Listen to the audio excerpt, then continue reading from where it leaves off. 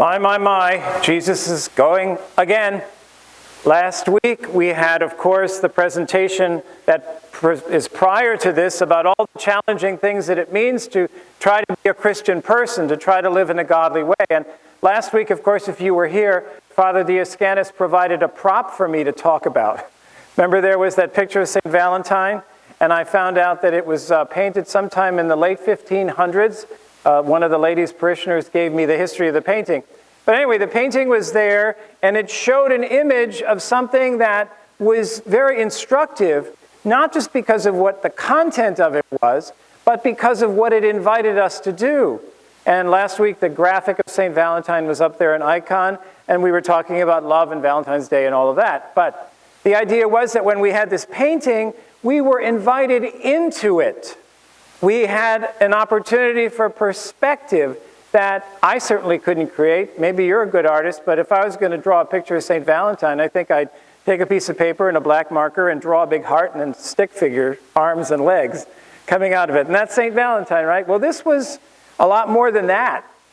It was very colorful, it was very beautiful, and it made demands on all of us who were looking at it because we had to look into it. It had in the foreground, there was a little dog, and then behind was St. Valentine, it turns out baptizing someone.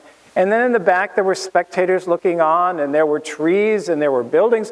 And it was a very wonderful way of saying, you know what, we can look at things like this, or we can look deeper. And last week, the scriptures, the gospel, reminded us of that. Thou shalt not, but thou shalt. Now today, we get another challenge today. And it's very, very wonderful to see these things in perspective. Jesus says to the disciples, as Deacon Ed read, you've heard it said, an eye for an eye and a tooth for a tooth. Okay, so you do it to me, I'm going to do it back to you. Isn't that right? That's what we do. Revenge, of course, you can't. Well, Jesus doesn't stop there. What I say to you is offer no resistance to one who is evil. Offer no resistance to one who is evil. And in fact, if somebody strikes you on the right cheek, give him the other as well.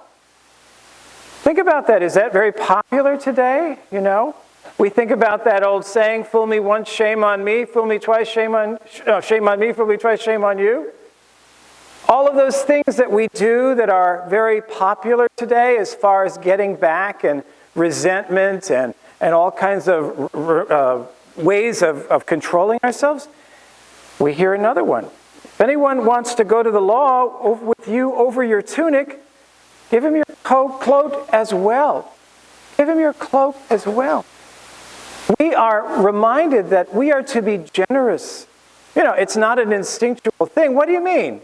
I don't want you to take that. That's mine. That's mine. You've heard it said, you shall love your neighbor and hate your enemy. Okay?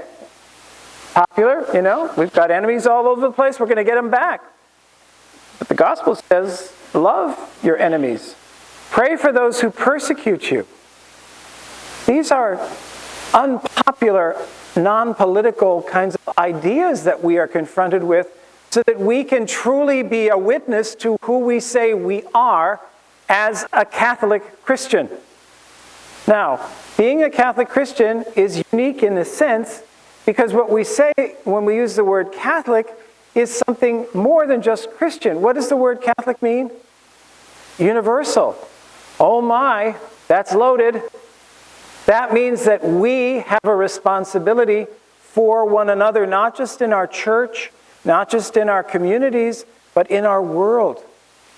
And building on that, the second reading says everything belongs to God. Well, if everything belongs to God, then we have no right to have all this stuff when other people don't have anything.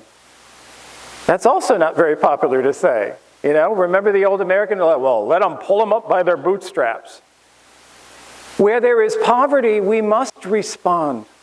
We have global responsibility as Catholics, not just to worry about our stuff, but to worry about how the stuff of the world is distributed.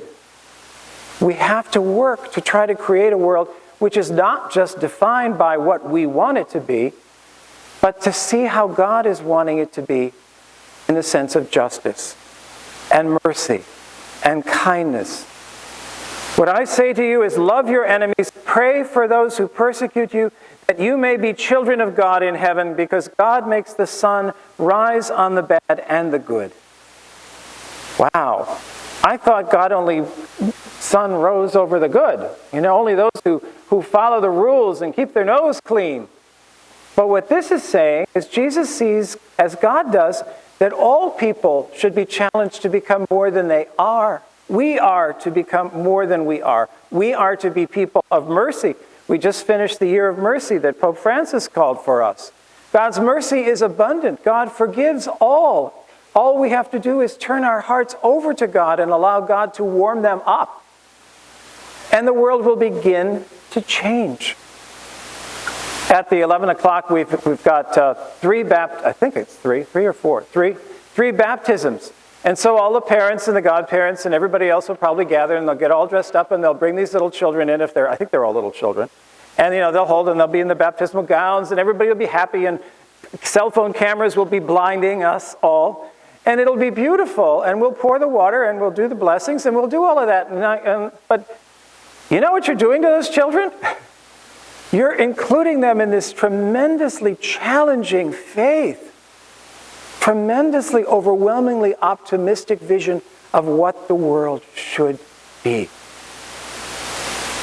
We, as people who were baptized a while ago, some of us a long while ago, certainly didn't know what we were getting into, nor will these children. But we, as adults who will help them to be formed, will share our faith with them and teach. We are to be the ones who listen to the teachings of Jesus and do the best we can. Do the best we can to be perfect. Now, there's perfect, and obsessive-compulsive perfect. We may not be able to be obsessive-compulsive perfect, but we are invited to be perfected. May we, in the weeks ahead, and Lent starts in 2 weeks. Remember that first Sunday of Advent, or first Sunday of Lent. We are there to be given to purification and enlightenment, to be the perfect community that Jesus would have us be. Be perfect as God is perfect. Good luck.